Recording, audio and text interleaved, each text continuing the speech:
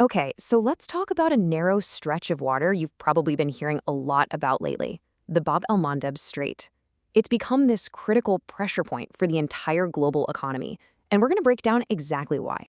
I mean, think about that for a second. This one little body of water, it's just 20 miles wide, is basically in a position to hold global trade hostage. It sounds kind of crazy, but it's happening. And look, this isn't just some theoretical what-if scenario. We're talking about Houthi rebels in Yemen attacking commercial ships more than 100 times in just the last few months. That is a direct challenge to the flow of goods our entire economy is built on.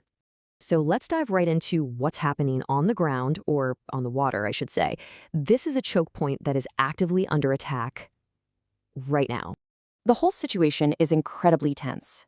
You've got commercial ships, we're talking giant container vessels, being targeted by missiles and drones. So what happens? Well, the big shipping companies are saying no way and are now taking the long, expensive route all the way around Africa. And in response, the US and its allies have sent in warships to protect the ships that are still chancing it, which of course raises the terrifying risk of this spinning out into a much bigger war. To really get why this is all happening, you have to understand where it's happening. The strait has this name. It's ancient, but as you'll see, it's also tragically fitting for today. It's called the Gate of Tears. So Bab El Mandeb, what does that even mean? In Arabic, it translates to the Gate of Tears or the Gate of Grief. And you can see its job on a map. It's the crucial link connecting the Red Sea to the Gulf of Aden, and from there, the rest of the Indian Ocean. And just look at the geography here. It's squeezed between Yemen on one side and Djibouti and Eritrea on the other. At its narrowest, it's only about 20 miles across. There's even an island in the middle that splits it into two smaller lanes. This natural bottleneck, this geography is exactly what makes it so valuable and so incredibly vulnerable. You know, that name, Gate of Tears, originally came from the very real dangers of just trying to sail through it. The currents were treacherous, and a lot of ships just didn't make it. But today, the grief, the tears, they're not from nature. They're coming from a very modern, man-made crisis, geopolitical conflict. So, how on earth did this dangerous passage become something the entire world literally can't live without? Let's look at how it turned into the world's most vital shortcut. For centuries, this was a place you tried to avoid, but then the British Empire saw its strategic value and seized it. Then came 1869. The Suez Canal opened, and everything changed. Almost overnight, this risky passage became an essential global artery. And by 1973, everyone knew just how powerful it was when a blockade right here sent the world's energy markets into a total tailspin. And this map just illustrates the Suez effect perfectly. Before, you had this ridiculously long, expensive, and risky trip all the way around Africa. After, boom, a direct shot, a global trade superhighway connecting Europe and Asia, with the Bab El Mandeb as its southern gate. Okay, so that brings us to today.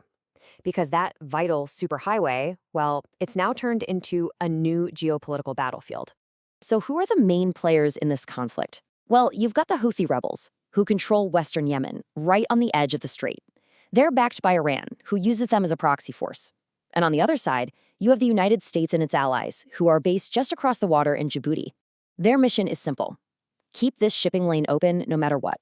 And this is the key point, right?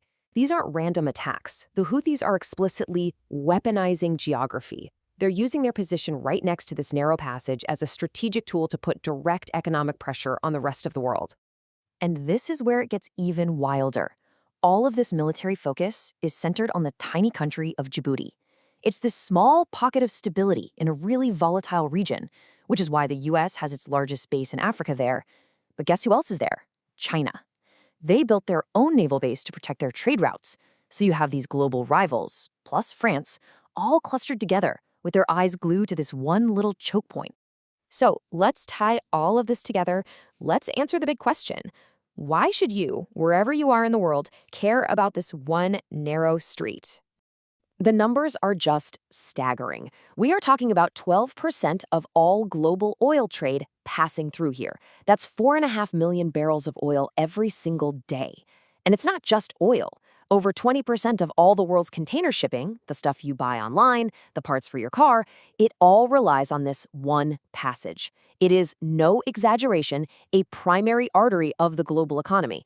And when that artery gets clogged, it sets off this immediate domino effect. The attacks make the route dangerous, so ships have to reroute around Africa. That detour adds 10 to 14 days and massive fuel costs to every single trip. And guess who ends up paying for that? We do.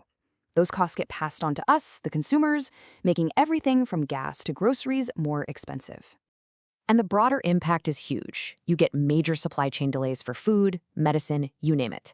The energy security of entire continents is put at risk, and critically, this can block humanitarian aid from reaching people in desperate need, and all of it just adds more fuel to the fire of global inflation that affects every single one of us. Which really brings us to a final, pretty sobering question. This whole crisis in the Bab El Mandeb exposes a massive vulnerability in our global system. It forces us to ask, is the modern world we've built just dangerously reliant on a handful of these fragile choke points, these gates of tears scattered across the globe?